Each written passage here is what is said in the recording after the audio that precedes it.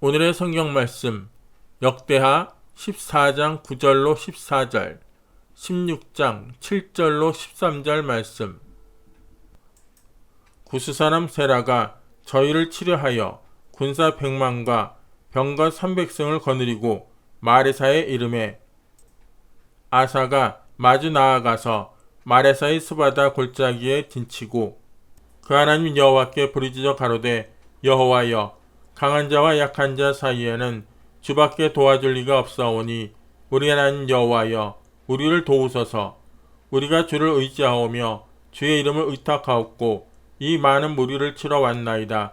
여호와여 주는 우리 하나님이시오니 원컨대 사람으로 주를 이기지 못하게 하옵소서 하였더니 여호와께서 구스 사람을 아사와 유다 사람 앞에서 쳐서 패하게 하시니 구스 사람이 도망하는지라. 아사와 그 쫓는 자가 구스 사람을 쫓아 그랄까지 이르매 이에 구스 사람이 엎드러지고 살아남은 자가 없었으니 이는 여호와 앞에서와 그 군대 앞에서 패망하였음이라. 노력한 물건이 심히 많았더라.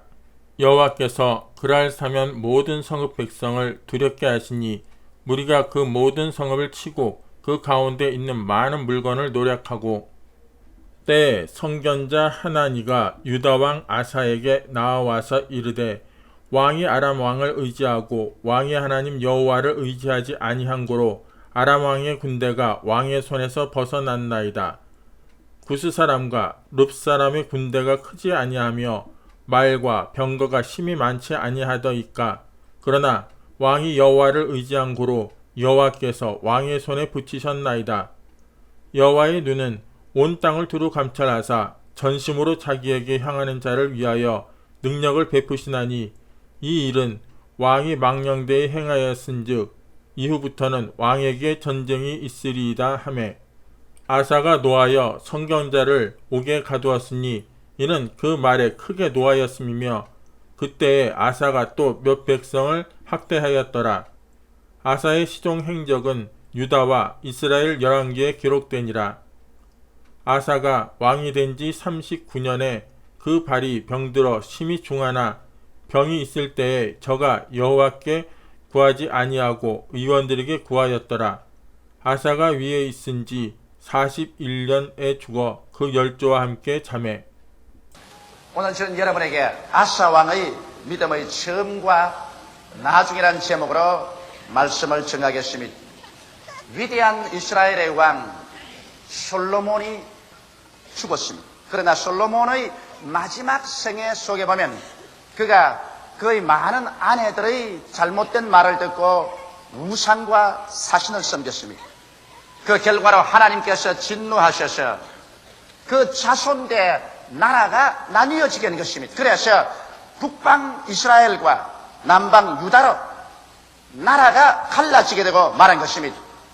그런데 이와 같이 나라가 분리되고 난 다음에 유대에서 제3대 왕의 아사라는 훌륭한 임금님이 즉위하게 되었습니다. 아사 왕은 여호와를 섬기는 신앙 부흥을 적극적으로 추진한 임금님이었습니다. 그는 먼저 그 온 전국에 다 사람을 보내어서 이방 제단과 산당을 없애하고 주상을 회폐하며 아세라 신을 다 찍어 없앴습니다. 그 나라 전체 우상과 사신을 섬기는 흔적도 없도록 그렇게 만들었습니다. 그뿐만 아니라 온 전국에 임금이 직접 독려해서 하나님 여호와를 구하며 율법과 하나님의 계명을 지키고 행하도록 강조를 했습니다. 그와 함께 국방을 튼튼히 해서 흐러진 성벽들을 다시 재건하고 또 새롭고 튼튼한 성벽들을 쌓았습니다. 이러기 때문에 아사 왕은 크게 유다 나라를 부흥케 하고 하나님께서도 아사 왕의 일에 만족하게 여기셔서 주님께서 축복을 주고 은총을 주었습니다. 바로 그때였습니다. 에티오피아의 대왕 세라가 100만 대군을 거느리고 병거 300승을 가지고서 유다를 침략에 들어갔습니다. 이래서 아사 왕은 군대를 거느리고 이 에티오피아 세라의 100만 대군을 맞이하여 싸우러 나갈 때 도저히 인간적인 계산으로서는 싸워서 이길 승산이 없었습니다. 그래서 그는 그 에티오피아의 100만 대군 앞에서 소리를 높여 하나님께 외쳐 기도하기 시작한 것입니다. 역대하 14장 11절에 보면 그의 기도가 기록되어 있습니다. 여호와께 부르시어 가로되 여호와여 강한 자와 약한 자 사이에는 주밖에 도울 이가 없사오니 우리 하나님 여호와여 우리를 도우소서. 우리가 주를 의지하오니 주의 이름을 의탁하옵고 이 많은 무리를 치러 왔나이다. 여호와여 주는 우리 하나님이시오니 원컨대 사람으로 주를 이기지 못하게 하옵소서. 이와 같이 간절히 부르짖어 기도한 결과 하나님께서 그 기도를 들으시고 주께서 에티오피아의 군대를 침해 이 유다왕 아샤는 에티오피아의 100만 대군을 쳐서 한 사람도 고향으로 살아서 돌아가지 못하게 다 진멸하고 병거 300성을 파괴했습니다. 대승리를 얻어서 그 전리품은 산을 쌓아놓은 것처럼 그렇게 많았었습니다. 이래서 대성전을 하여 영광을 돌리고 나팔 불고 북치고 춤추며 그들은 유다로 돌아왔었습니다. 온 국민이 함께 모여서 하나님께 감격하고 감사하여 무려 소 700마리와 양 7,000마리를 가지고서 여호와 하나님께 거대한 제사를 드렸었습니다. 그리고 전 국민이 합쳐서 전심으로 여호와를 찾기로 일대 결단을 내리고 누구든지 여호와를 경외하지 않은 사람은 죽이기로 작정했었습니다. 어느 정도 아사 왕이 결심하고 여호와를 숨기로 작정했던지 그 어머니 태우가 이날 이후에 아세라상을 만들었었습니다. 그러자 그 어머니 태우의 위를 폐하고 아세라상을 찧어서 기드론 시내가에 가서 물에 떠내려 보냈었습니다. 이와 같이 하며 하나님께서 하늘문을 여시옵시고 축복을 해주셔서 그 나라가 태평성대하고 국민들이 잘 살고 하는 일마다 잘 되었었습니다. 그래서 무려 20년 동안 어떠한 이웃 나라도 감히 유다를 넘나보지 못하고 20년 태평성세를 누렸었습니다. 여기에 문제가 있는 것입니다. 20년 동안 아무 일이 없이 나라가 부강하고 태평성세하니 그만 아사가 신앙이 시들어져 버리고 말한 것입니다. 20년이 지나고 난 다음에 그 북방인 이스라엘 왕 바하사가 군대를 가지고서 유다를 침략하니까 이스라엘은 옛날에 그 에티오피아의 군대에 비교하면 아무것도 아닌데도 불구하고 마음속에 두려움이 들어와서 여호와께 부르짖거나 기도하지 아니하고 그는 곧장 뛰어가서 성전에 있는 금과 은, 왕궁에 있는 금은을 취하여 가지고서 이것을 아람 왕에게 보내가 아람 왕 벤나단의 군대를 고용했었습니다. 그래서 이스라엘을 치게 했어요. 그래서 이스라엘이 그 베나닷과 싸운다고 해서 유다 치는 것을 거치고 말한 것입니다. 그러자 그 나라의 선지자가 와서 왕을 꾸짖었습니다. 왕이 어떻게 이렇게 망령한 일을 하느냐. 20년 전에 에티오피아의 100만 대군이 왔을 때 당신이 군대가 많아서 이겼느냐, 무장이 좋아서 이겼느냐, 여호와를 의지하기 때문에 여호와께서 돌봐주어서 이겼지 않느냐. 그런데 이제 와서 어찌하여 망령되게 성전의 금과 은, 왕궁의 금과 은을 취하여서 믿지 아니하는 저 아람 왕을 돈 주고 사서 이스라엘을 치게 해서 이 난국을 모면하려고 하느냐. 그러자 아사는 대노해서 이 선지자를 잡아가지고서 옥에 가두고 백성들 중에 몇 사람을 학대했었습니다. 그런 일이 있고 난 다음에 3년 후에 아사의 발에 병이 났는데 이 병이 굉장히 심해졌습니다. 아마 요사이 제가 주실 건데 발에서 생긴 암인가 봅니다. 백방으로 의사를 불러서 치료해도 낫질 않았었습니다. 그러고 난 다음 2년 후에 아사는 쓸쓸히 죽었었습니다. 성경은 그 상황을 역대하 16장 12절에 기록해 놨습니다. 아사가 왕이 된 지 39년에 그 발이 병들어 심히 중하나 병이 있을 때 제가 여호와께 구하지 아니하고 의원들에게 구하였더라. 이 정도로 신앙이 그만 타락해버리고 말한 것입니다. 그는 하나님을 찾는 이 믿음을 잃어버리고 말았다. 그래서 성경은 그에게 정죄해서 말하기를 발에 병이 났을 때 여호와를 찾지 아니하고 의원만 찾다가 그는 죽어버리고 말았다고 말한 것입니다.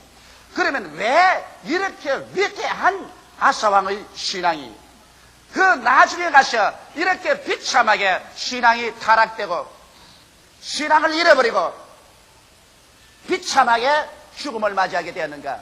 그 이유를 우리가 알아보고 우리 스스로의 마음의 경계를 가지는 것이 필요한 것입니다. 첫째로 아사왕의 신앙이 타락했던 이유는 20년 태평 세월에 하나님을 찾지 않았다는 것입니다. 이것이 여러분 우리들의 신앙생활의 중대한 문제인 것입니다. 우리는 하나님께 늘 축복을 간구합니다. 주님이여 평안을 주시옵소서. 마음의 평안, 가정의 평안, 생활의 평안, 그리고 부귀영화를 주시옵소서. 이런 기도를 간구합니다. 그러나 실상은 하나님께서 하늘문을 열고 축복을 부어주면, 그래서 가내가 평안하고 생활에 부유하게 되면 사람들은 의뢰이 하나님을 떠나버리고 마는 것입니다. 이스라엘 백성이 광야를 지나서 젖과 꿀이 흐르는 가나안 땅에 들어가서 태평성세하게 잘 살 때 그들은 여호와를 부르고 이방신을 따라가 버리고 마는 것입니다. 오늘날도 여러분 세계 정황을 보십시오. 어느 나라 어느 민족 치고 어려울 때는 있는 힘을 다하여 여호와를 찾다가 어려움이 지나가고 나라가 편안하고 백성들이 잘 살게 되면 사람들은 하나님 섬기는 것을 그치고 그만 육신의 정욕과 안목의 정욕과 이 세상의 자랑을 따라 줄다름질을 치게 되는 것을 볼 수 있습니다. 옛날에 그렇게 복음이 성황하던 구라파를 보십시오. 그 나라가 잘 살게 되고 평안하게 되자 예수 그리스도는 버리고 하나님은 떠나버리고 하나님의 성전들은 텅텅 비어버리고 말한 것입니다. 이것이 옛날이나 오늘이나 우리가 떨어질 가장 무서운 함정인 것입니다. 사람이 괴롭고 고통스러울 때 하나님을 저버리지 않습니다. 편안하고 좋은 환경이었어요. 사람들은 하나님을 버리고 세상으로 흘러들어가게 되는 것입니다. 이러기 때문에 여러분 우리에게 다가오는 고난은 신앙의 밥이라는 것을 알게 되시기를 주 이름으로 축원합니다. 밥을 먹지 아니하고 건강을 유지할 수 없는 것처럼 신앙에는 종종 고난의 밥을 먹고 괴로움의 물을 마셔야 사람들이 회개하고 깨어지고 하나님을 찾아서 그래서 신앙이 튼튼해진다는 것을 알아야 되는 것입니다. 이렇기 때문에 반드시 우리 예수 믿는 신앙생활 가운데 우리의 환경에 다가오는 고난이 우리에게 늘 손해만 나는 것이 아닙니다. 이러므로 하나님께서는 한편으로 우리에게 은총과 축복을 주시면서 참으로 사랑하는 자녀는 한편으로 고난과 괴로움을 허락하여 주심으로 말미암아 이 고난과 괴로움을 통하여 자기가 깨어지고 하나님께 부르시어 하나님을 찾도록 만들어 주시는 것입니다. 육신의 환경의 평안은 하나님을 찾을 필요를 느끼지 않습니다. 그렇기 때문에 예수님께서도 현실적인 생활 가운데 등 따시고 배부르고 아무런 고난도 체험하지 않은 사람에게는 화가 있다고 말하셨습니다. 누가복음 6장 24절로 26절에 보면 그러나 화 있을진저 너희 부유한 자여 너희는 너희 위로를 이미 받았도다. 화 있을진저 너희 이제 배부른 자여 너희는 주리로다. 화 있을진저 너희 이제 웃는 자여 너희가 애통하며 울리로다. 모든 사람이 너희를 칭찬하면 화가 있도다. 저희 조상들이 거짓 선지자들에게 이와 같이 하였느니라. 여기에서 예수님께서는 지금 벌써 부유하고 지금 벌써 배부르고 지금 좋다고 웃고 지금 모든 사람들이 다 와서 칭찬을 받고 그래서 현실에 만족하는 사람에게는 화가 있도다. 왜? 이런 사람은 현실에 만족하고 집착해서 그만 아사왕처럼 20년 태평 세월에 하나님을 잃어버리고 기도하는 법을 잃어버리고 영적으로 죽어버린 이런 위험 속에 떨어질 수밖에 없기 때문인 것입니다. 이러므로 여러분 오늘날 우리의 환경 가운데 비 오는 날 있고 바람 부는 날 있고 추운 날 다가오고 그래서 슬픔이 다가올 때 반드시 하나님께서 우리를 버렸기 때문에 우리가 이런 고난 당한다고 생각하시면 안 됩니다. 하나님께서는 자기의 사랑하는 자를 불러서 채찍하고 징계하는 것입니다. 이렇기 때문에 우리의 생활 가운데 반드시 좋은 일만 계속 다가오면 안 되는 것입니다. 성경에는 영혼이 잘됨같이 범사에 잘됨이야 강건하라고 말했는데 영혼이 잘 되려면 우리에게 햇빛 비치는 날만 있어서는 안 됩니다. 평온한 날만 있어서는 안 되는 것입니다. 영혼이 잘 되기 위해서는 비 오는 날이 있어야 되는 것입니다. 바람 부는 날이 있어야 되는 것입니다. 그리고 시험과 환난이 다가와서 우리가 눈물 흘리며 금식하며 주님께 몸부림치며 부르짖어 기도하는 이러한 날이 우리에게 있어야만 하는 것입니다. 고난은 여러분과 나를 멸하기 위해서 오는 것이 아니라 여러분과 나의 삶의 밥이 되는 것입니다. 할렐루야. 이렇기 때문에 아사 왕이 타락한 이유는 20년 동안 너무 태평 세월을 지난 동안에 그만 그들은 아침에 늦게 일어나며 저녁에 늦게까지 연락을 취하고 그리고 이 세상에 취해서 너무 세상만 즐기다가 신앙을 잃어버리고 마는 것입니다. 둘째로 또 아사왕이 타락한 이유는 문제에 부딪혔을 때 인간적인 방법을 사용했습니다. 신앙을 잃어버리기 때문에, 기도하는 법을 잃어버리기 때문에 이제 문제가 오니까 하나님의 신령한 믿음의 방법을 취하지 아니하고 인간적인 육신의 방법을 취하셨습니다. 갑자기 유다왕이 쳐들어오니까 하나님 앞에 나와서 부르시어 기도할 것을 잊어버리고 허둥지둥하여서 자기의 명체를 이용했었습니다. 인간의 수단으로서는 내 힘으로 유다를 지킬 수가 없었기 때문에 이웃인 아람왕 베나다에게 성전에 있는 하나님께 소유된 은금도 가리지 아니하고 왕국에 있는 은금도 가리지 아니하고 이것을 취해다가 베나다에게 주어서 당신의 아버지와 우리 아버지가 서로 한 동맹을 하고 화친한 것처럼 당신과 나도 화친하자. 그러므로 이 은금을 드릴 테니 이걸 받아서 이스라엘의 변경을 쳐다오.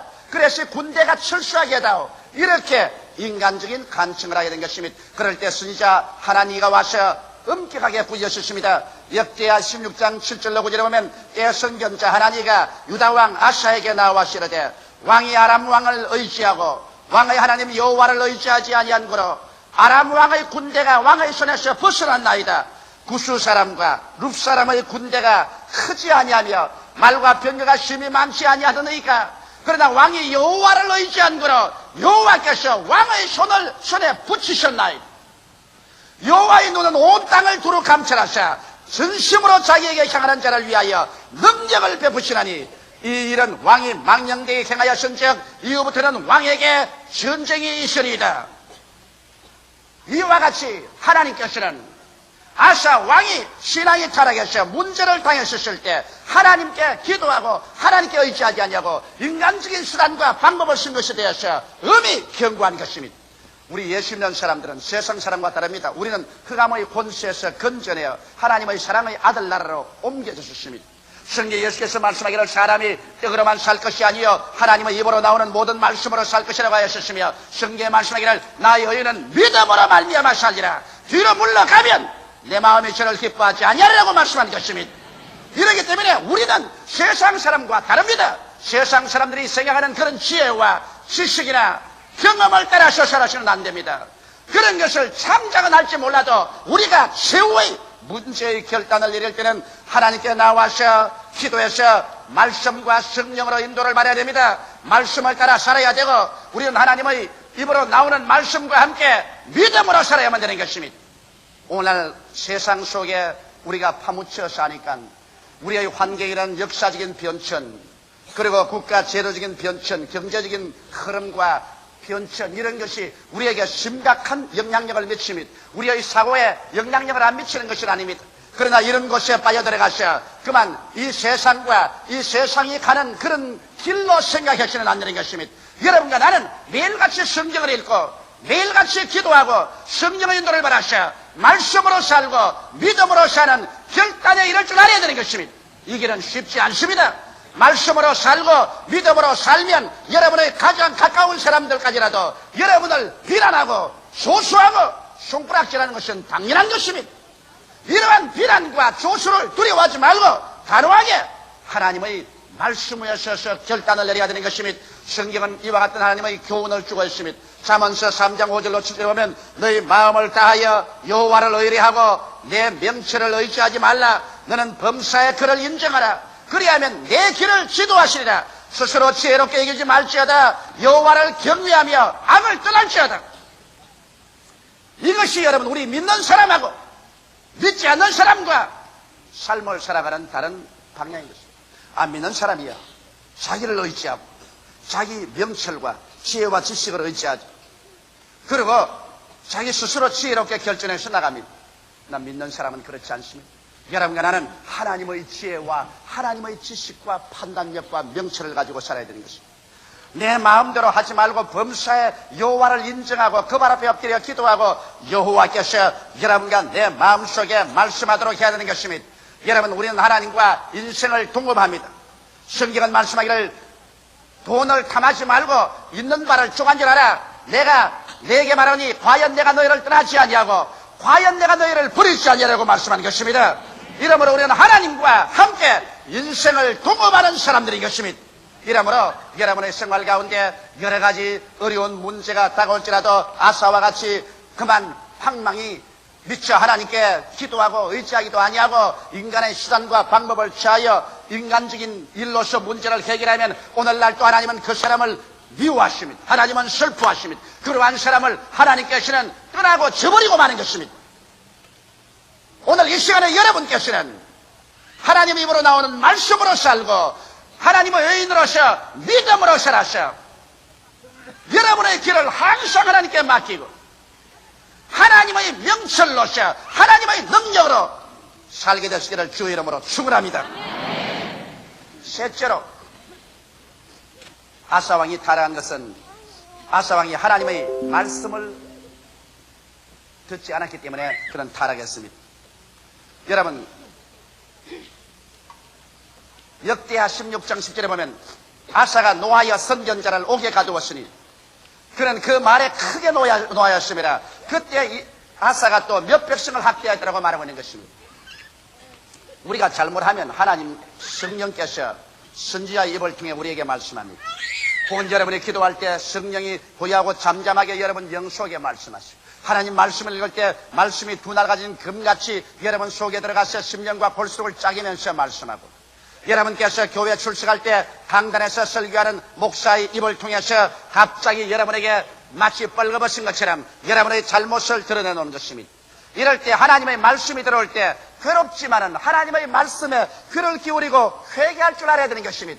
여러분 하나님께서 우리에게 말씀할 때 언제나 좋은 것만 말하지 않습니다. 우리가 잘못된 것은 잘못됐다고 말합니다. 좋은 의사는 여러분 진실로 우리가 병들었을 때 병들었다고 가르쳐주는 것이 좋은 의사인 것입니다. 병이 들었음에도 불구하고 당신은 건강하다, 당신은 괜찮다, 당신은 산다고 거짓말을 해서 그 사람으로 하여금 거짓을 믿고 준비 없이 죽어가도록 해서는 안 되는 것입니다. 이와 같이 하나님께서는 여러분에게 귀에 듣기 좋은 소리만 하지 않습니다. 잘못된 것은 예리하게 하나님께서 우리 심령에 말씀의 검을 넣어서 찢을 것 찢고 수술할 것 수술하는 것입니다.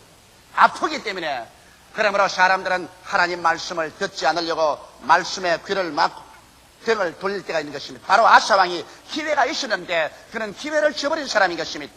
왜냐하면 선견자가 와서 아사왕을 꾸짖을 때 아사왕은 만일 다윗과 같은 사람이었다면 보좌에서 내려와서 무릎을 꿇고 통곡하고 잡아가고 하나님이여 내가 범죄하였나이라고 했으면 하나님께서 그를 복구해 줬을 것입니다. 하나님께서 여러분을 꾸짖을 때는 여러분을 버리려고 꾸짖지 않습니다. 여러분을 돌이키려고 꾸짖는 것입니다. 아예 버린 사람은 하나님께서 절대로 꾸짖지 않습니다. 꾸짖음이 있을 때는 아직 버림받지 않았다는 증거인 것입니다. 그러나 꾸짖음이 있을 때 이를 듣기가 괴로워서 하나님을 저버리면 그는 하나님께 저버림을 받습니다. 여러분 하나님 말씀을 왜 우리가 늘 듣고 보고 읽어야 되냐 하면 말씀이 들어오면 우리의 생활 속에 회개가 되는 것입니다. 말씀 안 읽고는 여러분 마음에 회개 안 됩니다. 그만 세상에 먼지 묻고 티끌 묻고 세상에 취하는데 자기 스스로가 아나요? 자기 얼굴에 때가 묻은 것이 여러분 자기 스스로 모릅니다. 거울을 들여다봐야 하는 것처럼 말씀의 거울을 들여다볼 때 자기의 잘못된 것이 드러나기 때문에 항상 회개하여 새 사람이 될 수가 있는 것입니다. 여러분과 나는 한 번 믿었다고 해서 완성되지 않습니다. 우리는 매일같이 우리의 두루마기를 빨아야 됩니다. 매일같이 회개하여 거룩함에 이르도록 해야 되는 것입니다. 이러기 위해서는 말씀의 거울을 들여다보고 말씀으로 내 자신을 살펴보아야 되는 것입니다. 또 말씀을 여러분 듣거나 읽지 아니하고 마음속에 믿음이 생기나요? 어림없습니다. 믿음은 들으면서 나며 들으면 그리스도의 말씀으로 말미암습니다. 말씀 없이 여러분 인간적으로 아무리 믿습니다 고함쳐도 그런 믿음은 헛믿음인 것입니다. 여러분 밥을 먹지 않고 나는 기운이 있습니다, 나는 기운이 있습니다고 외쳐본들 그게 기운이 있을 리가 만무한 것입니다. 이와 같이 하나님의 말씀은 여러분의 영의 양식이 되는 것입니다. 말씀을 먹지 아니하고 영의 양식을 취하지 아니하고 신앙의 힘을 얻을 사람 없습니다. 그렇기 때문에 말씀을 꼭 귀를 기울이고 그걸 받아들이면 신앙의 힘이 생기고 하나님 앞에 가차에 나갈 수 있는 자리에 들어서게 되는 것입니다. 이러므로 우리는 끊임없이 말씀을 듣고 읽음으로 우리의 영적인 양식을 받아들여서 영혼이 영양실조에 걸리는 일이 없어야 됩니다. 또 우리가 말씀에 귀를 기울이고 말씀을 읽어야 우리의 생활이 헌신할 수 있는 것입니다. 우리가 이 세상에 자꾸 취합니다. 세상에 세속이 와서 우리를 자꾸 점령합니다. 이런 생활 가운데서 우리 자신을 끊임없이 주님 가까이, 또 더 가까이, 또 더 가까이 성령의 인도함을 받기 위해서는 말씀을 읽어야 되는 것입니다. 왜? 말씀은 여러분 흡인력이 있어서 여러분과 나의 심령을 부여잡아서 예수 그리스도 안으로 끌어들이는 위대한 힘을 가지고 있는 것입니다. 이렇기 때문에 말씀을 읽어서 그 말씀에 붙잡혀서 하나님의 깊은 은혜 속에 들어가야 되는 것입니다. 또 말씀이 들어와야 은혜의 기쁨이 우리 마음속에 생기는 것입니다. 사람이 이 세상에 살면서 마음의 기쁨이 없으면 삶의 동기가 사라지고 마는 것입니다. 마음이 기뻐야 되는 것입니다. 예수 믿고 기뻐야지. 예수 믿고 기쁘지 않고 슬퍼하면 그 사람은 예수 잘못 믿은 것입니다.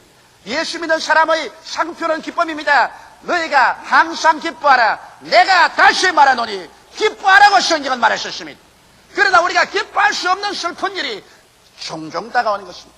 이러할 때 우리가 말씀을 읽고 기도해서 다시 은혜의 파도가 우리 마음속에 오면 은혜의 파도가 슬플 것을 다 제껴버리고 마음속에 기쁨을 심어주는 것입니다. 이 은혜의 파도 이것 없이 이 세상 슬픔을 물리치고 마음속에 들어 기쁨을 복구해줄 일은 없는 것입니다. 은혜는 말씀을 통해서 여러분 마음속에 다가오는 것입니다. 이렇기 때문에 우리는 말씀을 듣고 마음의 은혜를 받아서 그래서 슬픔이 다 씻겨나가고 기쁨이 넘쳐나서 그래서 언제나 기쁨을 재생시켜야 됩니다. 예수 믿어서 한번 기뻤다고 해서 계속 기쁘지는 않습니다. 여러분 계속 세상에서 우리 기쁨을 죽이려고 하는 마귀의 그 역사가 끊임없이 독을 품어서 오는 것입니다. 이것을 계속 은혜로서 씻어내야지 인간의 힘으로 씻어내지 않습니다. 은혜는 하나님 말씀을 읽고 듣고 기도할 때 마음속에 채워지는 것입니다. 이래서 우리가 말씀을 통하여 회개하고 믿음을 얻고 더욱 헌신하고 은혜로 말미암아 기쁨이 마음속에 넘쳐나면 그러면 우리가 타락하지 아니하고 믿음 속에 굳세게 설 수 있는데 그만 아사 왕은 이와 같은 하나님의 말씀을 듣는 것을 거저가 버리고 마는 것입니다. 말씀에 귀를 기울이지 않고 등을 돌이키고 말씀을 해주는 사람을 감옥에 가두어버리고 마는 것입니다. 그래서 그는 재기할 수 있는 기회를 잃어버리고 마는 것입니다. 넷째로 아사 왕은 기도를 하지 않았습니다. 그가 발에 병이 들었습니다. 병이 점점 심해졌습니다. 그런데 그가 의사들을 불러서 열심히 치료했습니다. 여러분 성경의 의사에게 치료받지 말란 말은 없습니다. 왜? 건강한 자에게는 의원이 쓸데없고 병든 자에게는 쓸데있다고 성경은 말했습니다. 그래서 성경에는 의원이 쓸데없다는 말 안 했습니다. 우리 사람이 병들면 의원으로부터 치료받을 수 있는 것은 최대한도로 바라야 되는 것입니다. 그러나 성경은 말하기를 의원에만 의뢰하라고 말하지 않았습니다. 우리가 병든 자에게는 의원이 쓸데있지만은 그러나 의원의 치료를 받으면서도 간절히 하나님께 기도하라고 말씀하는 것입니다. 믿음의 기도는 병든 자를 구원하리니 주께서 저를 일으키시리라. 무슨 죄를 범하였을지라도 사심을 얻으리라. 그러므로 너희 죄를 서로 구하며 병 낫기를 위하여 기도하라고 명령하고 있는 것입니다.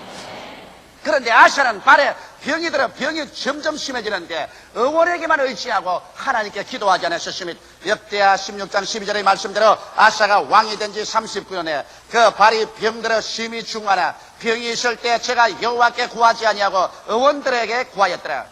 이것이 그가 죽은 이유인 것입니다. 그가 의원들에게 치료받은 것이 나쁜 것이 아닙니다.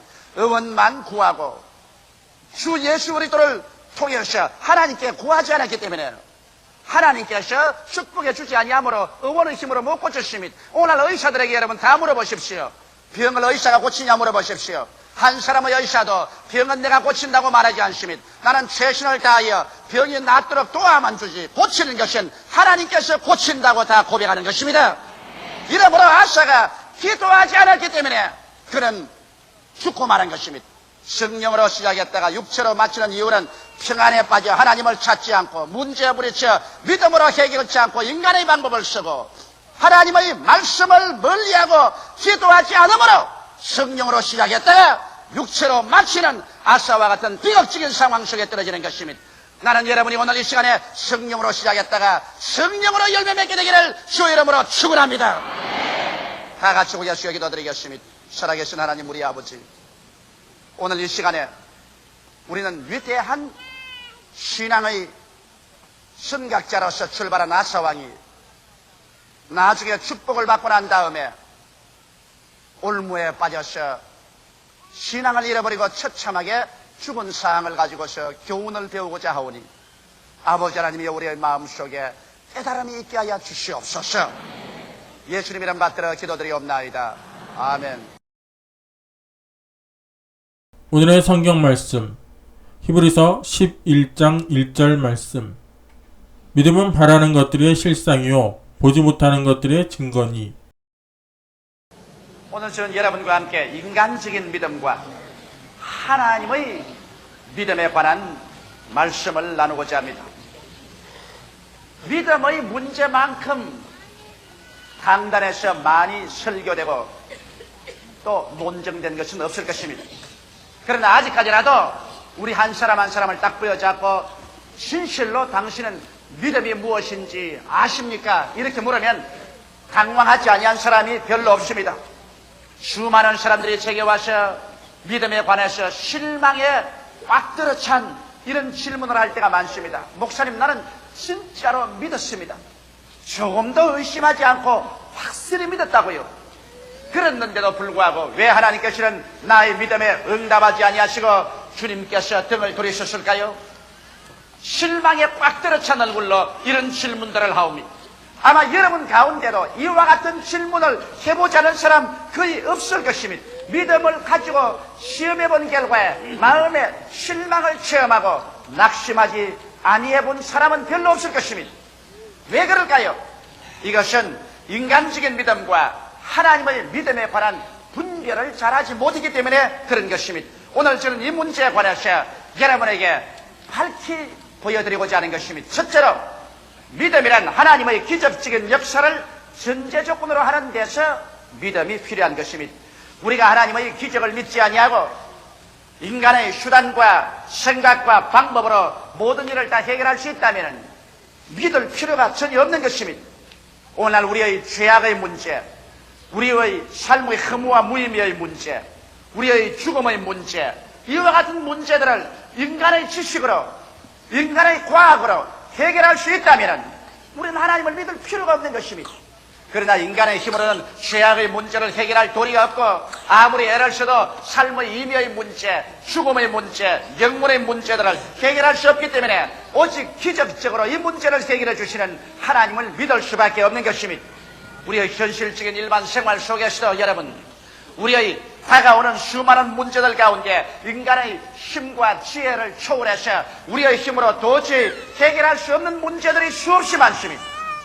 이와 같은 문제들을 하나님께서 기적적으로 기도 응답을 통해서 해결해 주실 것을 믿을 때 이것이 믿음이 되는 것이지. 하나님께서 우리에게 직접 간섭하셔서 기적으로 이런 문제들을 해결해 줄 수 없다고 생각한다면 우리는 하나님 앞에 나와서 기도할 필요도 없고 믿으려고 애쓸 필요도 없는 것입니다. 또 믿음이라는 것은 하나님의 뜻에 그 기초를 두는 것입니다. 내 마음대로 뜻대로 믿는다고 해서 다 이루어진다고 보정된 것은 아무것도 없습니다. 우리가 하나님의 성품에 거슬리는 삶을 살고 하나님의 뜻에 위배된 행동을 하면서도 하나님께 기도해서 우리의 소원대로 응답을 받겠다고 한다는 것은 이건 미신이지 그리스도교적 신앙은 아닌 것입니다. 이러므로 우리가 믿음을 활용하려면 우리의 마음속에 반드시 하나님의 뜻을 분명히 알고 그 하나님의 뜻에 따라서 우리가 간절히 기도하고 믿을 수가 있는 것입니다. 그러므로 믿음이란 하나님의 기적적인 역사를 전제 조건으로 하고 하나님의 뜻을 따라서 우리가 믿는다는 것을 전제 조건으로 할 때 믿음이 이루어질 수가 있는 것입니다. 그러면 둘째로 그 믿음이 도대체 어떻게 우리 속에 작용하는가? 믿음의 정의를 알아봐야 되겠습니다. 오늘 읽은 성경 말씀 가운데 보면 믿음은 바라는 것들의 실상이요 보지 못하는 것들의 증거라고 말한 것입니다. 여러분, 믿음은 바라는 것들의 실상이라는 그 의미를 우리가 분명히 알아야 되는 것입니다. 우리가 믿는다는 것은 바라는 그것이 있어야 되는 것입니다. 분명한 목표를 두고서 우리의 마음속에 바라는 열화 같은 소원이 일어나서 그래서 열렬히 이것을 믿고 기도할 때 마음속에 실상이 되는 것입니다. 이러므로 실상이라는 것은 헬라 원어로 보면 후포스타시스라고 말하는데, 후포스타시스라는 것은 후포라는 말과 히스템이라는 말이 합쳐진 것입니다. 다시 말하면 후포라는 말은 밑에서 있는 것을 말하고 히스템이라는 말은 받친다는 말인 것입니다. 이러므로 믿음은 바라는 것들의 실상이라는 것, 실상은 믿음은 바라는 것의 받침대라는 것입니다. 그러므로 여러분, 우리 인간적인 마음속에서 하나님을 믿습니다라고 말할 때, 이것은 즉 하나님이 말씀이 놓여진 인간편에서 받침대를 만드는 것에 불과한 것입니다. 여러분과 내가 하나님의 말씀을 듣고 깨달음이 와서 하나님을 믿는 믿음이 생겨서 주님 앞에 믿고 기도할 때 이것은 실상이 되는 것입니다. 다시 말하면 하나님의 역사가 일어날 수 있는 받침대를 만들어주는 것입니다. 이와 같이 받침대 위에 하나님의 말씀이 주어지고 하나님의 은혜가 주어질 때 이것이 참 믿음이 되는 것입니다. 이렇기 때문에 여러분, 인간편에서 믿는 것은 예비 믿음인 것입니다. 이 예비 믿음을 가지고서 하나님께 부르짖어 기도할 때 그게 하나님의 말씀이 우리 마음속에 임하여서, 그래서 이제는 참 믿음이 되고, 그 참 믿음이 들어오게 될 때 하나님의 기적적인 역사가 이루어지는 것입니다. 로마서 10장 17절에 바로 믿음은 들음에서 나며 들음은 그리스도의 말씀으로 말미암다고 했는데, 그리스도의 말씀이 성령으로 말미암아 우리 마음속에 계시되어 오든지, 그렇지 않으면 성령으로 말미암아 하나님께서 꿈이나 환상이나 음성을 통하여서 우리에게 응답했다는 말씀이 임하시든지, 하나님의 말씀이 내게 임해 와야 우리 예비 믿음이 참 믿음으로 변화되는 것입니다. 이렇기 때문에 믿음은 우리 간절히 바라는 것의 실상입니다. 다시 말하면 받침대에 불과한 것입니다. 여러분, 여기에 아무리 강단의 받침대를 내놓아도 여기에 성경을 얹어 놓아야 진실로 참된 강단이 되는 것입니다. 성경책을 얹어 놓지 않은 강단은 교회에서 강단이라고 말할 수가 없는 것입니다. 그러므로 또 이 강단이 없으면 성경을 얹어 놓을 수도 없는 것입니다. 이와 같이 믿음이란 이 강단의 받침대와 같은 것입니다.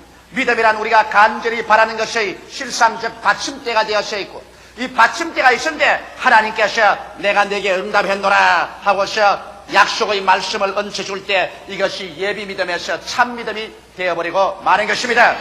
이렇기 때문에 오늘날 수없이 많은 사람들이 하나님의 말씀을 부여잡고서 주여 내가 믿습니다로 발버둥을 치고 부르실 때 여러분은 하나님의 응답이 내려올 수 있는 받침대를 만드는 것이지, 여러분 자신의 마음속에 믿은 그 자체가 믿음은 아닌 것입니다.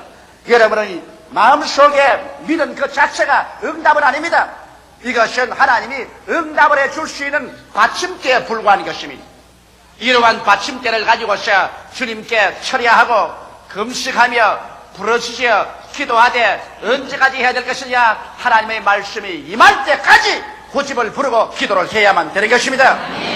그렇지 않고 내 마음속에 그저 내 하나님 말씀을 믿습니다, 이 약속의 말씀을 믿습니다, 그대로 된 줄 믿습니다, 할렐루야 이제 믿었으니 잠이나 자자, 그렇게 해서는 안 되는 것입니다. 여러분께서 사람 편에서 하나님을 믿은 것은 예비 믿음입니다. 이건 받침대의 믿음인 것입니다. 하나님의 약속이 임할 수 있는 받침대를 제공하는 것입니다.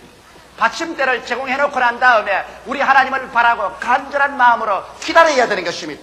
그래서 그 위에 하나님의 약속의 말씀이 임할 때 참 믿음으로 변화되고 이것이 기적을 가져오게 되는 것입니다. 셋째로 내가 이 믿음의 신뢰를 들어서 여러분에게 말씀해 드리겠습니다. 성경에 보면 마태복음 15장 21절로 28절에 수르보니게 여인에 관한 이야기가 있는 것입니다. 이 두로와 시돈 지방에 사는 헬라인에 속한 이 수르보니게 여인은 그 마음속에 크나큰 번뇌를 가지고 있었습니다. 그의 딸이 정신병에 걸려서 인사불성입니다. 이 딸을 고치려고 수없이 애를 써봤자 인간의 힘으로는 이 딸을 고칠 수가 없었습니다. 그러나 이 수르보니게 여인은 하나님의 아들 나사렛 예수께서는 모든 죄를 사하시고 모든 병을 고치시고 어떤 귀신도 되어 쫓는다는 이야기를 듣고서 익히 알고 있었습니다. 그러므로 이 수르보니게 여인은 그 마음속에 예비적 믿음을 가진 여자였었습니다. 즉 실상을 가지고 있었습니다. 왜? 예수님의 기적을 믿었으며 예수님께서는 한 사람도 남김없이 고쳐주는 좋으신 하나님이라는 예수님의 뜻을 알고 계셨으며 그는 그 딸을 고치겠다는 분명한 목표가 있고 열화 같은 믿음으로 말미암아 간절히 구하고 기다리고 있었습니다. 그러므로 믿음은 바라는 것들의 실상인 그 마음속에 받침대가 이루어져 있었습니다. 이 마음의 인간적인 편에서의 믿음의 받침대, 예비적 믿음을 가지고 있었기 때문에 예수님이 두로와 시돈 지역으로 지나간다는 말을 듣자마자 그는 뛰어나와서 주님께 향하여 부르짖었습니다. 다윗의 아들 예수여 나를 불쌍히 여기소서. 내 딸이 비참하게 귀신 들렸나이다. 예수님께서 들은 척 앉으십니다. 주님께서 응답하지 않으셨습니다. 그래서 이 여인은 뒤에 따라간 제자들을 붙잡고서 예수님께 부탁하셔 나의 기도를 응답해 주시고 내 딸을 고쳐주시옵소서 간청을 했습니다. 그러나 예수님의 제자들이 예수께 나와서 저 여인이 심히 부러지사오니 주님께서 응답해서 보내는 것이 좋겠습니다. 그렇게 말하자 예수님께서 하신 말씀이 나는 이스라엘의 잃어버린 양들 이외에는 보냄을 받지 아니했다. 저 이방 여자에게는 나와 상관이 없다. 단호하게 주님께서 부인해버리고 말한 것입니다. 그러나 스르보니게 여인은 그 마음속의 인간편에서 예비적 믿음이 조금 더 흔들리지 않았습니다. 그는 예수님이 기적을 행하시고 또 예수님께서는 모든 병을 고치시고 자기 딸이 귀신 들린 곳에서 노연함을 받을 수 있다는 그 인간편에서의 예비적인 믿음, 실상을 가지고 있었기 때문에 그는 물러가지 않고서 예수님 발 앞에 뛰어와서 엎드려서 그 가는 길을 막고서 간청을 했습니다. 주님, 내 딸이 귀신 들려 죽게 되었으니 불쌍히 여겨주소서. 예수님께서 여인을 내려다보시고 단호하게 말했습니다. 자녀들에게 줄 떡을 취해서 개에게는 줄 수 없다. 그럴 때 여인이 눈물에 젖은 얼굴을 가지고 예수님을 쳐다보는 말이 주여 올소이다. 물론 자녀의 떡을 취하여 개에게는 줄 수 없지요. 유대인은 주님의 선녀의 자녀여 우리 이방인은 개예요. 그러므로 선민에게 줄 떡을 취해서 이방 개에게는 못 주는 것은 사실입니다. 그러나 개들도 자녀들의 상 밑에서 떨어지는 부스러기는 받아 먹습니다. 그러므로 나는 떡을 달라는 것이 아니라 부스러기 하나만이라도 주시면 내 딸이 낫겠나이다. 그런 인간편에서의 놀라운 실상의 믿음을 가지고 있었습니다. 흔들리지 않은 인간편의 받침대의 믿음을 가지고서 첫 번 거부당해도 낙심하지 아니하고 두 번 거부당해도 낙심하지 아니하고 세 번째는 개라는 이름까지 들으면서도 물러가지 아니하고 주님께 대해 부르짖는 믿음을 가지고 있었습니다. 예수께서 이 믿음을 보자 마음에 크게 감동을 해서 여인아 내 믿음이 크도다.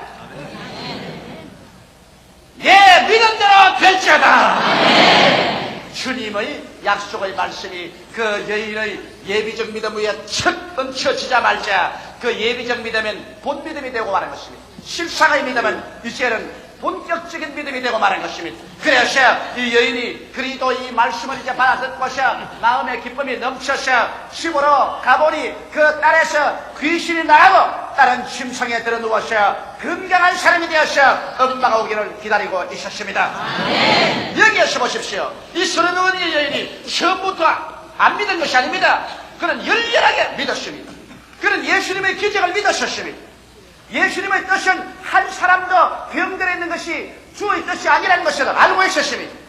그는 그의 딸이 병나겠다는 분명한 목표를 가지고서 열렬히 믿고 구했었습니다. 이 여인의 믿음에는 조금도 모자람이 없었습니다. 그러나 그렇게 믿었다고 해서 그 딸의 병이 나았나요? 천만에요. 열렬히 믿기는 믿었으나 그 딸의 병은 낫지 않았었습니다. 언제 그 딸의 병이 나느냐? 그의 믿음 위에 예수님의 말씀이 주어졌을 때 그 딸의 병이 낫고 말한 것입니다. 이러므로 여러분께서 인간적인 편에서 주님 앞에 열렬히 믿는 것은 예비적인 믿음이요 받침대의 믿음인 것입니다.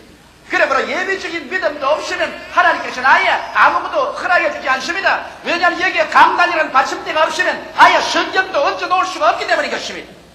그러나 여러분 편에서 믿는 그 예비적인 믿음, 그 받침대의 믿음 그 자체가 응답이 아닙니다. 그렇기 때문에 수많은 사람들이 내가 믿었는데 왜 주님께서 역사해 주지 않습니까? 그렇게 탄식을 합니다.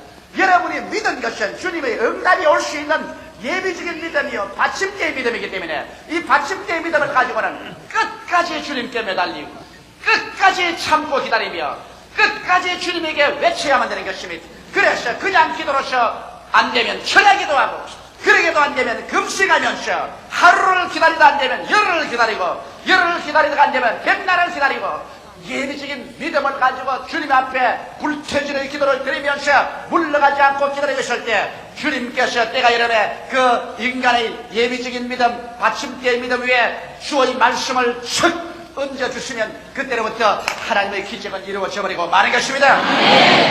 이러므로 오늘날 수없이 많은 사람들이 인간 편에서 예비적인 믿음을 진짜의 믿음으로 오해하셔. 그래서 믿었는데 안 된다고 그렇게 해서는 안 되는 것입니다. 많은 병자들의 병 낫기를 위해서 주님께 열렬히 간구합니다. 예수님의 기적을 믿고 병 낫는 것이 하나님의 뜻인 줄도 알고 내 치료를 분명한 목표로 삼고 믿습니다라고 기도하는 것입니다. 그러면 이와 같은 기도는 이제 주님께 응답을 받을 수 있는 받침대가 이루어지는 것입니다. 예비적인 믿음이 된 것입니다. 그러나 그런 믿음 그 자체로서 병이 낫는 것이 아닌 것입니다. 주님께서 여러분의 마음속에 이제 내 믿은 대로 나았다는 이와 같은 하나님의 약속의 말씀이 임해야 그 받침대의 믿음이 온전한 믿음이 되어버리고 마는 것입니다. 그렇기 때문에 인간 편에서 약속을 이렇게 믿으시면 그 다음 이것을 가지고서 근질기게 주님께 나와서 주님, 나는 인간 편에서 주님을 이렇게 믿고 있습니다. 나는 주의 약속을 믿고 있습니다. 여기에 주의 음성을 주시옵소서. 주의 허락을 얹어 주시옵소서. 내 믿은 대로 될지라고 말씀하여 주시옵소서. 주님께 부르짖고 계속해서 기다릴 때 어느 날 어느 시에 주님께서 내 믿은 대로 될지어다. 제가 채찍에 맞으신 대로 너는 나음을 입었다고 말씀 한마디 주시면 그 길로 하나님의 기적적인 역사가 이루어져 버리고 마는 것입니다. 이렇기 때문에 여러분, 우리의 신앙이라는 것은 근질긴 기도가 필요한 것입니다. 그냥 말씀을 듣고 난 다음에 내 인간편에서 믿었다고 생각하고 그대로 내버려 두면 안 됩니다. 반드시 하나님 편에서 내게 고요하고 잠잠한 음성으로 혹은 꿈으로 혹은 환상으로 혹은 기적으로 응답이 다가올 때까지 우리는 하나님께 기다리고 외치고 믿고 추구해야 되는 것입니다. 그래서 예비적인 믿음에 하나님의 성령의 역사가 일어나서 하나님의 말씀이 임하시면 이것이 참 믿음이 되어버리고 받침대 위에 하나님의 약속이 얹혀지면 그 말씀대로 이루어지게 되는 것입니다. 이러므로 분명히 우리들은 믿음의 순서를 알아야 되는 것입니다. 예비 믿음은 인간의 편에서의 믿음인 것입니다. 대다수의 사람들은 이것이 참 믿음인 줄 알고 오해를 합니다. 그래서 마음속에 아직까지도 하나님의 약속의 음성이 들려올 줄 알았는데도 불구하고 예비 믿음을 가지고서 왜 내가 믿었는데 응답을 안 합니까? 왜 믿었는데 치료가 오지 않습니까? 왜 믿었는데 하나님의 기적이 오지 않습니까? 이렇게 외치고 있는 것입니다. 여러분, 우리가 온전한 믿음을 얻으면 예비적인 믿음에 큰 변화가 일어나는 것입니다. 우리의 마음속에 예비적인 믿음, 즉 받침대의 믿음을 가지고서 하나님께 부르짖어 기도하고 기다리고 몸부림을 치고 있으면 하나님의 응답이 마음속에 확 임하시는 것입니다. 그러면 어떤 변화가 일어나냐? 마음속에 갑자기 의심이 불과 안개처럼 사라져버리고 마는 것입니다. 인간적인 예비의 믿음을 가지고 있을 때는 기도하면서도 늘 마음속에 의심이 끝나지 않습니다. 그러나 갑자기 기도하는 가운데 하나님의 이제 응답이 우리의 예비 믿음 위에 임하시면, 받침대의 믿음 위에 임하시면 일시의 마음속에 의심의 구름이 전적으로 사라져버리고 마음속에 광명한 빛이 꽉 들어차버리게 되는 것입니다. 그리고 또 평안과 확신으로 충만해집니다. 전에는 늘 기도하면서도 마음이 불안하고 초조하고 그리고 확신이 없습니다. 그러나 주님께서 응답이 우리의 예비적 믿음 위에 임하시면 그만 마음속이 뱃속까지 편안해지고 그리고 확신으로 충만해졌어요. 이제는 동남풍이 불고 서부풍이 불어도 추워도 요동하지 않은 그와 같은 마음의 상황으로 변화되어 버리고 마는 것입니다. 그리고 또 어떠한 것이냐? 애쓰고 힘쓰는 마음이 사라져버리고 마는 것입니다.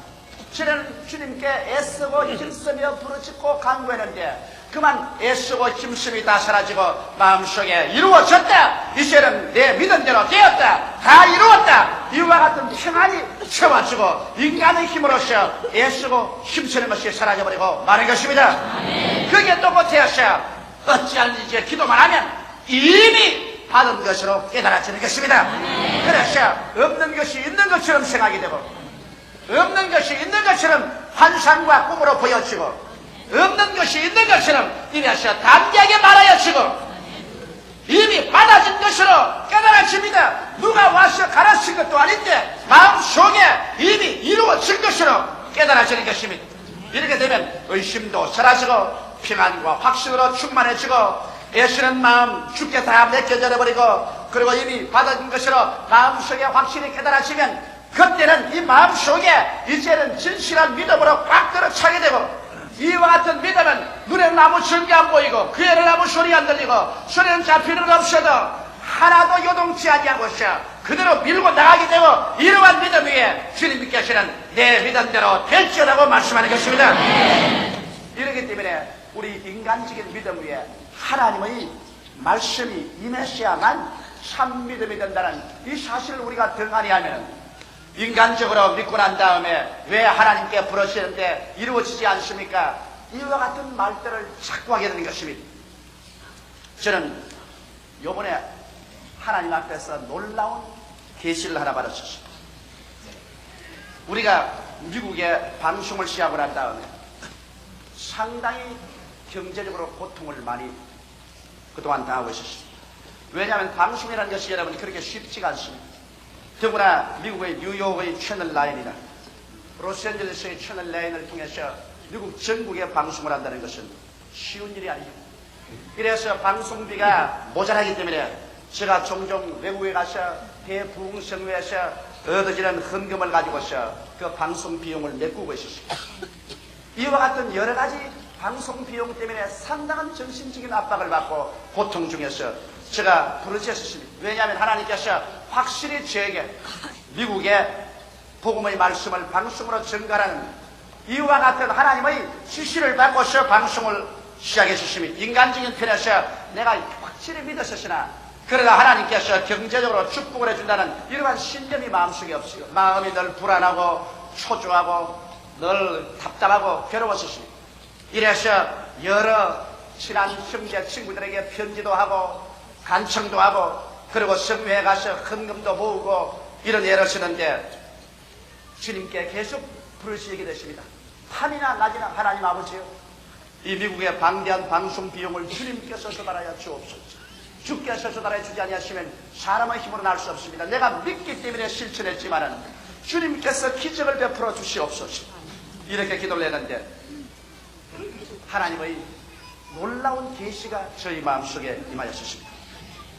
달라스에서 제가 잠을 잤는데 너무나 아주 현동하게 하나님의 계시가 임하셨습니다. 그 계시란 우리 교회에서 제가 우물물을 파고 있습니다. 우물물을 파는데 자꾸 파내려갑니다.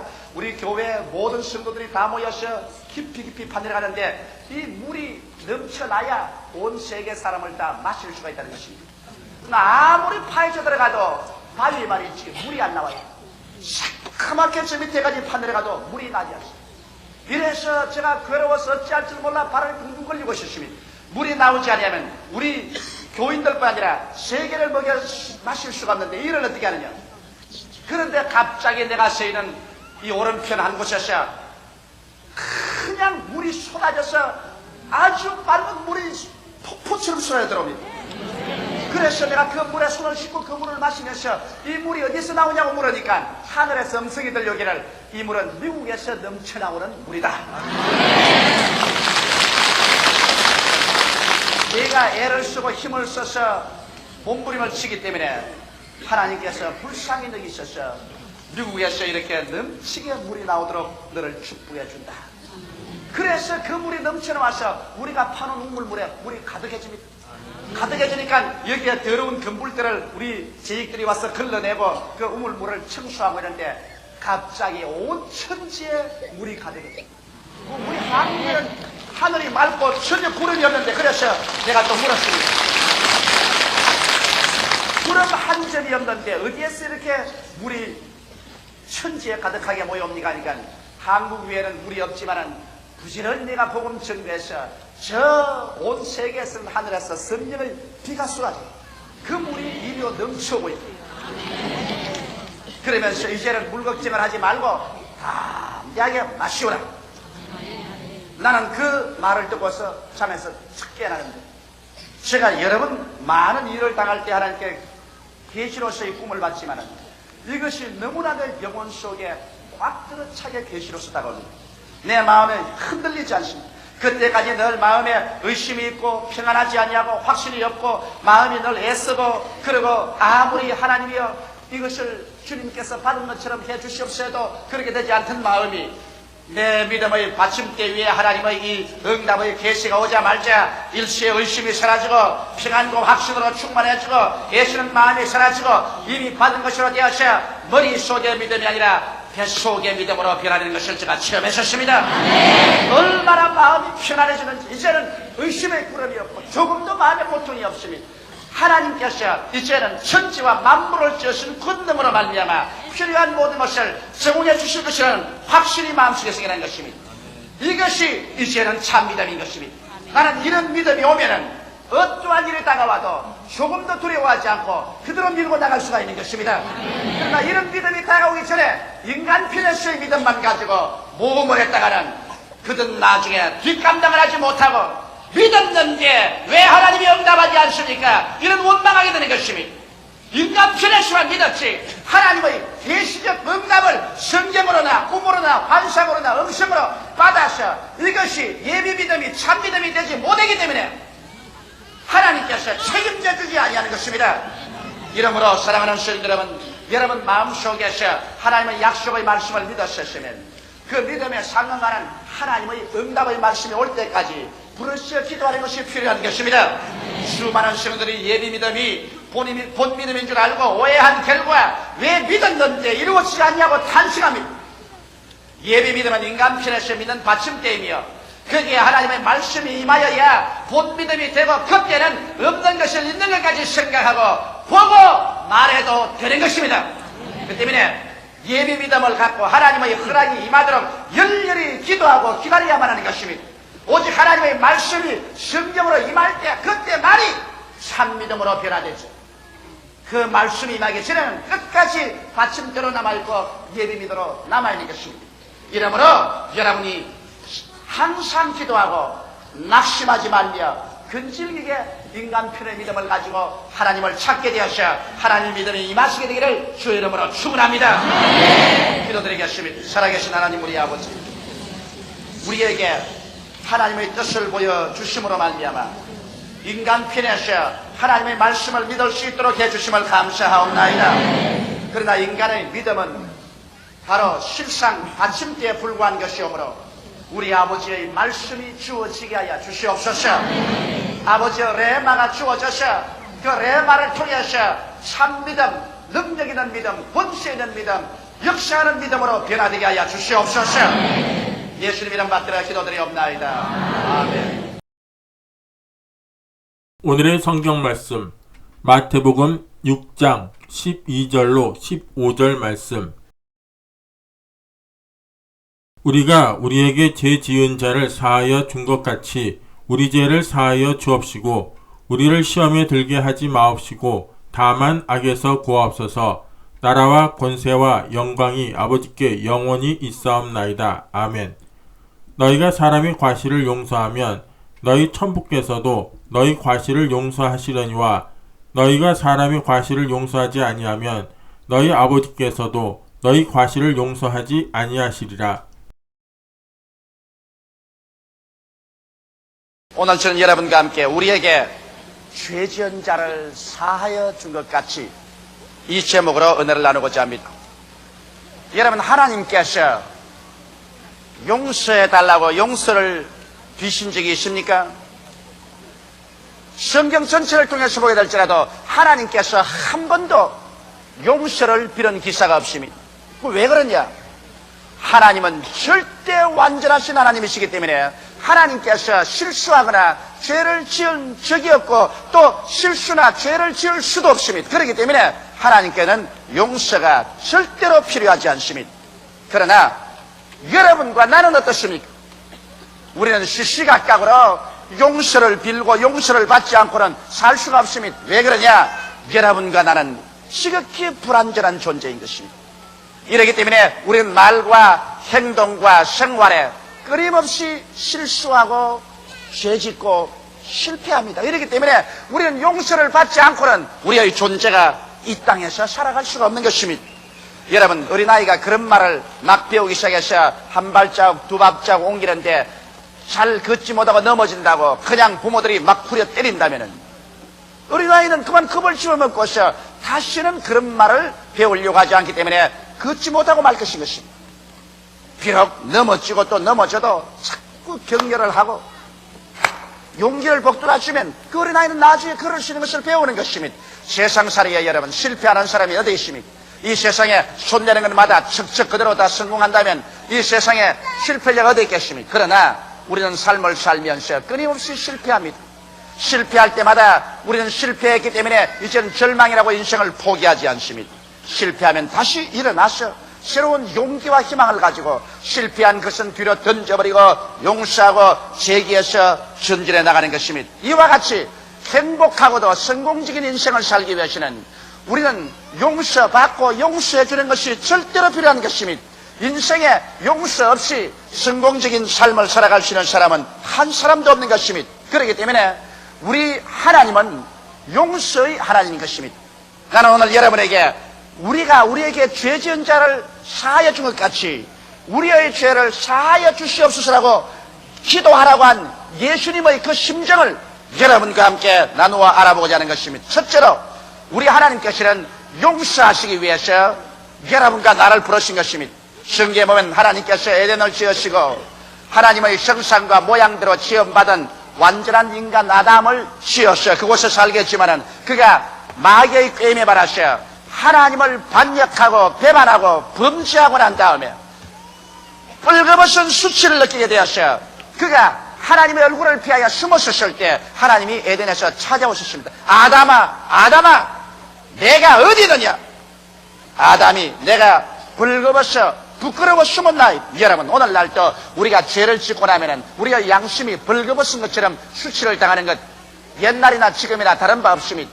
그래서 하나님께서는 아담을 그 부끄러움에서 면하게 해주시기 위해서 짐승을 잡아서 에덴 동산에서 죽였습니다. 짐승의 울부짖는 소리가 나고 그 짐승의 피를 에덴 동산에서 흘리고 그 가죽을 벗겨서 아담과 하와를 위해서 벌거벗은 수치를 가리하는 옷을 입히어서 내어버렸습니다. 이것은 크나큰 상징적인 의미가 있습니다. 왜냐하면 죄를 지은 사람을 위해서 대신 짐승이 피를 흘려 죽고 그 가죽을 벗겨서 옷을 입히어서 내보낸 것은 장차 죄 지은 인류를 위해서 하나님께서 그 아들 예수님을 어린 양으로 보내셔서 우리 대신하여 십자가에서 피를 흘려 죽으시고 그 피값으로 죄를 다 갚고 예수의 이로운 옷을 벗겨서 우리에게 입혀줄 것을 주님께서 벌써 에덴에서 상징적으로 보여주신 것입니다.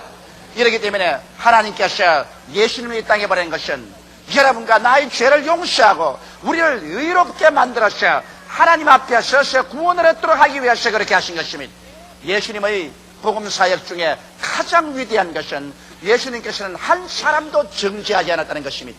주님께서는 누구든지 회개하고 나오는 사람마다 다 용서해 주었지 주께서 붙잡아서 회개하는 사람을 정죄한 적이 없습니다. 한 번은 예수께서 성전들에서 말씀을 전개하고 있는데 갑자기 바리새 교인, 사두개 교인, 율법사들이 가늠하다가 현장에 잡혔다는 여자 한 사람을 무자비하게 끌고 와서 발길로 차면서 예수님이 발 앞에 던졌습니다. 그리고 예수께 이렇게 헤어나갈 수 없는 질문을 해서 올무에 잡으려고 하셨습니다. 주여, 이 여인은 가늠하다가 현장에서 잡혔습니다.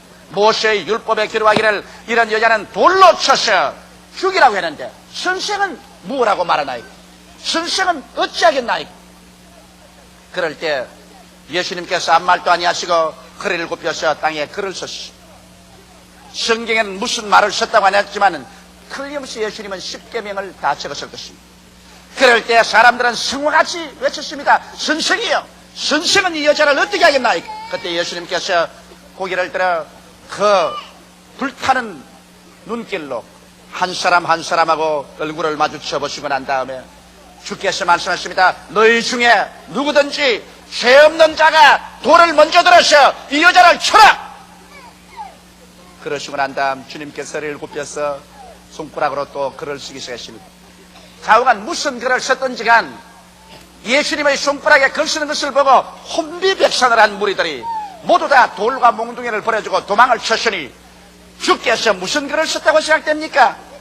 십계명에 비추어 보아서 그들이 지은 죄악을 틀림없이 주님께서 손가락으로 하나하나 다 기록해냈습니다. 이것을 어깨너머로 읽은 이 사람들은 이 여자를 돌로 쳤다가는 그 다음 자기들도 모조리 돌에 맞을 수밖에 없기 때문에 그들은 혼비백산해서 다 달아나 버리고 마는 것입니다. 한참 만에 예수님께서 허리를 들어 일어서서 보니까 모든 돌과 나무만 버려놓고 다 달아났습니다. 예수님께서 여자를 부르십니다. 여자여, 너희를 정죄하는 자가 있느냐? 소스라쳐 놀라서 이 여자가 고개를 들어 이리저리 두리번 살펴보니 아무 사람도 없습니다. 여자가 놀라서 예수를 쳐다보았습니다. 그 얼굴은 상기되고 울어서 눈은 충혈되어 있었습니다. 옷은 찢어졌습니다. 머리는 흩어졌습니다. 주여, 아무도 정죄하는 자가 없나이다. 예수께서 불쌍히 보시고 고개를 끄덕이시고, 이 사람아, 나도 너를 정죄하지 아니한다. 너는 집에 돌아가서 다시는 이런 죄를 범하지 말라. 이 여자는 황황히 일어나서 옷매무새를 고치고 그는 집으로 돌아가면서 그 발걸음 따라 그는 몇 번이고 다니면서 것입니다. 나는 예수로 말미암아 살았. 다시는 범죄하지 아니한다. 다시는 범죄하지 아니한다. 예수께서 이 세상에 오신 것은 사람을 심판하러 온 것이 아니라 용서를 받고 구원을 받기 위해서 이 땅에 오신 것입니다. 이렇기 때문에 용서에는 조건이 있습니다. 요한일서 1장 9절에 만일 우리가 우리 죄를 자백하면 저는 이쁘시고 이로우사 우리 죄를 사하시며 모든 불의하시 우리를 깨끗게 하실 것이라고 하는 것입니다. 여러분, 용서는 값없이 주는 용서는 없습니다. 예수님께서 이 가늠한 여자를 용서하시고 예수님께서 도적질하고 살인한 사람을 용서했는데 주님께서는 그 용서의 대가를 지불해야만 했었습니다. 기어코 주님께서는 모든 이 사람들의 죄와 불의와 추악과 저주와 절망과 죽음을 한 몸에 걸머지시고 이 사람들의 대가를 지불하기 위해서 빨개벗긴 채로 십자가에 올라가서 하나님께 버림을 당하고 하늘과 땅 사이에 매달려서 살찌고 피 흘려서 고난당함으로 이 죄가를 도말하신 것입니다. 성경에는 저가 찔리면 우리 허물을 인하며 저가 상하면 우리 죄악을 인함이라. 저가 징계를 받음으로 우리가 평화를 누리고 저가 채찍에 맞음으로 우리가 나음을 입었더라. 우리는 다 어린 양같이 그릇 행하여 각기 제 길로 갔거늘 여호와께서는 우리 무리의 죄악을 저에게 담당시겠다고 기록하고 있는 것입니다. 용서에는 대가가 있습니다. 예수님은 자기의 생명을 부어 모든 죄의 대가를 지불하는 가장 힘들고 고통스러운 대가를 주께서 지불하셨습니다.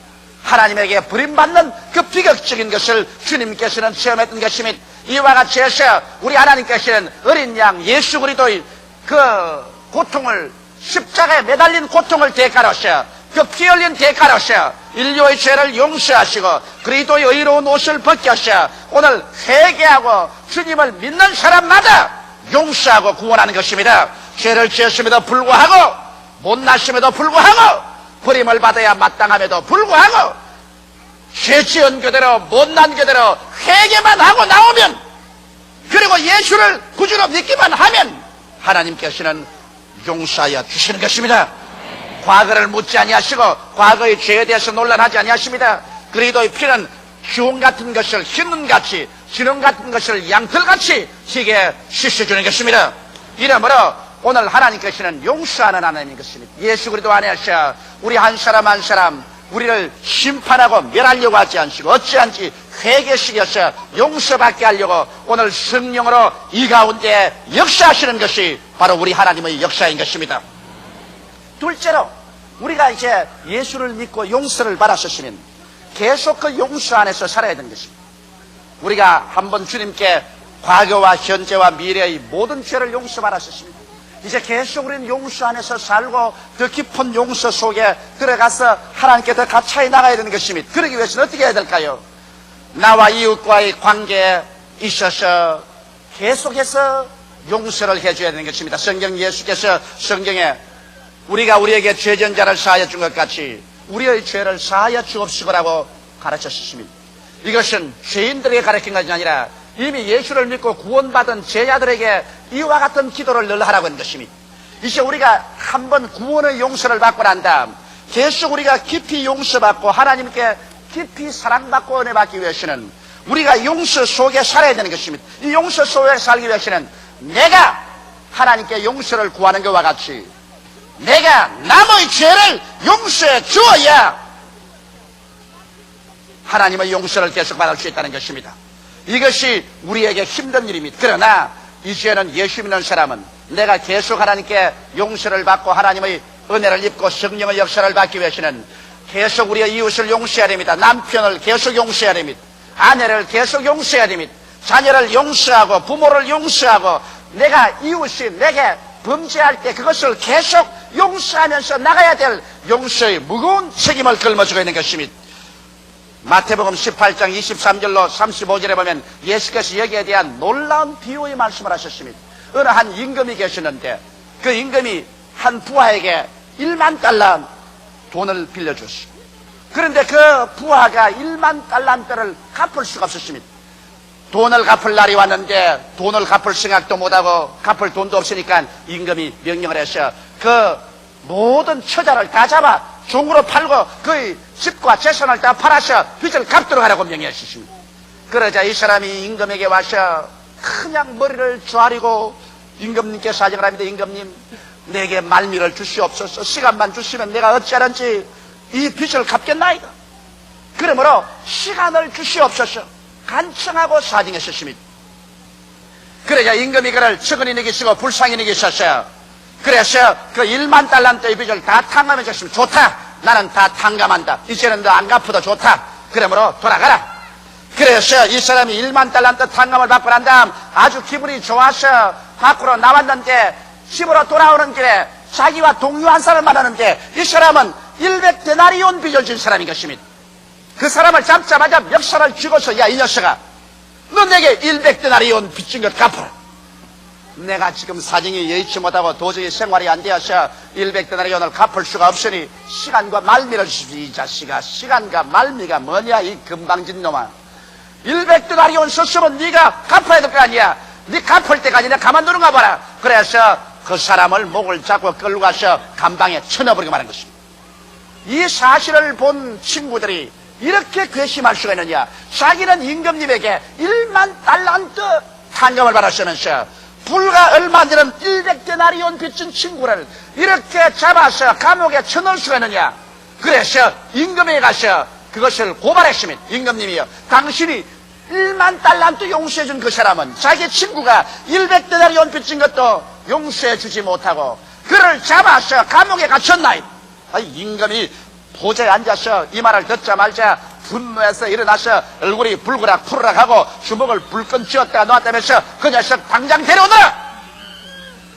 부하들이 가서 끌고 와서 무릎을 꿇었습니다. 야, 이놈아, 너는 내게 1만 달란트 빚을 줬는데 네가 하도 사정을 하고 통곡을 하면서 용서해달라고 하면 내가 다 탕감해 주는데 이런 용서를 내게로 말하시면 너도 반드시 가서 너희 동료 100데나리온 빚진 사람도 너에게 용서해달라 했대. 네가 너희 탕감하고 용서해 줘야 될 거 아니야. 너는 내게 1만 달란트 탕감 말하면서 어때 동료 100데나리온 빚진 사람을 잡아서 감옥에 넣느냐. 이 악한 놈을 잡아서 옥에 넣어서 1만 달란트 다 갚을 때까지 고통을 줘라.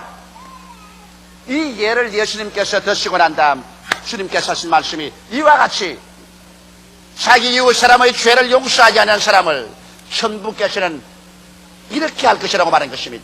여러분, 성경에는 말하기를 만일 우리가 이웃의 과실을 용서하지 아니하면 하나님도 우리의 과실을 용서해 주지 아니할 것이라고 그렇게 말한 것입니다. 이 세상에 사는 사람치고 여러분, 용서가 필요 없는 사람은 한 사람도 없습니다. 우리는 모두 다 용서가 필요한 것입니다.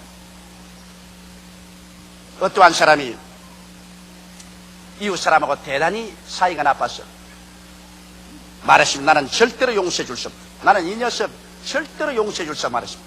근데 목사님이 그분을 찾아가서 그러지 말고 용서를 해 주십시오. 그리고 넓은 마음을 품고 그 모든 죄를 다 사하여 주십시오. 그렇게 부탁을 하니까 나는 절대 할 수 없어요. 나는 내 눈에 흙이 들어가기 전에는 용서해 줄 수 없어요. 그러자 목사님이 정색을 딱 하고 그 사람을 여보시오.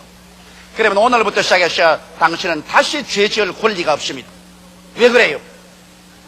당신은 지금 오늘부터 죄 지으면 하나님께 용서를 받아야 됩니다. 그런데 당신은 당신에게 죄 지은 자를 눈에 흙이 들어가도 용서해 주지 못하겠다 하면서 당신은 이제 죄를 짓는다면 누구에게 용서를 받을 것이요? 그러므로 오늘부터 당신은 하나님처럼 살아야 됩니다. 절대로 죄를 짓지 않고 살아야 됩니다. 그 말을 듣자 이 사람이 아주 소름이 끼치고 죄 안 짓고 살 수 있는 사람은 하나도 없다는 것을 알았기 때문에 거기에서 깨어져서 목사님 내가 잘못했습니다. 내 이웃의 죄를 용서해 줍니다. 그렇게 회개했던 말을 제가 그래서 읽어본 적이 있는 것입니다. 여러분, 이 세상에 살면서 하나님 이외에는 완전한 사람이 아무도 없어요. 하나님은 용서가 필요 없어요. 하나님은 죄 짓는 것도 없고 실패도 하지 않습니다. 그러나 사람은 끊임없이 죄를 짓고 용서합니다. 여러분 주위의 자연 환경을 보십시오. 천재지변이 일어나서 산사태가 무너지고 혹은 전쟁으로 말미암아 온 들과 산이 불탔다고 할지라도 세월이 흘러가면 자연은 용서합니다. 그것을 꾸짖고 그것을 그대로 황망한 내버려 두지 않고 자연은 용서해서 그곳에 다시 풀이 나게 하고 그곳에 나무가 나게 하고 이런 모를 꽃이 피게 하고 그래서 그 상처 입은 것을 용서해서 아름답게 치료해 주는 것입니다. 자연도 상처 입은 것을 치료하거든. 하물며 사람들이 서로의 죄를 용서하고 그 상처를 치료할 줄 모른다면 이 사람은 절대로 하나님 앞에 용서받을 수 있는 자격이 없는 것입니다. 이러므로 오늘 이 시간 여러분께서 만일 내가 남편을 용서해 줄 수 없다, 나는 내 아내를 용서할 수 없다, 나는 우리 부모를 절대로 용서할 수 없다, 이런 마음에 원한이 있으면 여러분께서 용서해 주지 못하는 것만큼 여러분은 이제 죄 지을 권한이 없습니다. 여러분은 절대로 죄 짓지 말고 하나님과 같이 영광스럽고 이롭게 살아야 되는 것입니다. 왜? 내가 이웃을 용서 안 하면 하나님께서도 나를 용서하지 아니할 것이기 때문인 것입니다. 이 세상에 한평생 살면서 우리들은 끊임없이 죄의 용서를 받습니다. 주님께서 십자가에 못 박여 피를 흘린 것은 과거나 현재나 미래의 죄를 법적으로 주님 다 용서해버린 것입니다. 그러나 현실적으로 우리가 용서를 체험하고 하나님 품에 안겨서 하나님의 사랑을 받기 위해서는 매일매일 같이 우리는 용서를 받아야 되는 것입니다. 내가 가끔 전도하면 사람들이 이런 말합니다. 아유, 나는 지금 죄를 많이 지어서 교회 나갈 수가 없어요. 아직 88 젊고 세상에 나가서 사업도 하고 일을 해야 되니 자꾸 죄를 짓잖아요.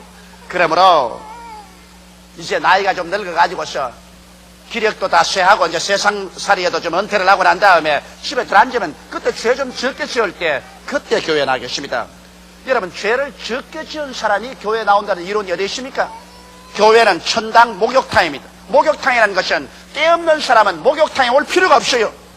때가 없는데 왜 목욕탕에 나와요? 때가 많은 사람이 목욕탕에 나와서 목욕을 하고 때를 씻고 난 다음 몸이 깨끗해지는 것이죠. 그러므로 교회라는 것은 바로 죄가 많은 사람이 오는 것이 교회인 것입니다.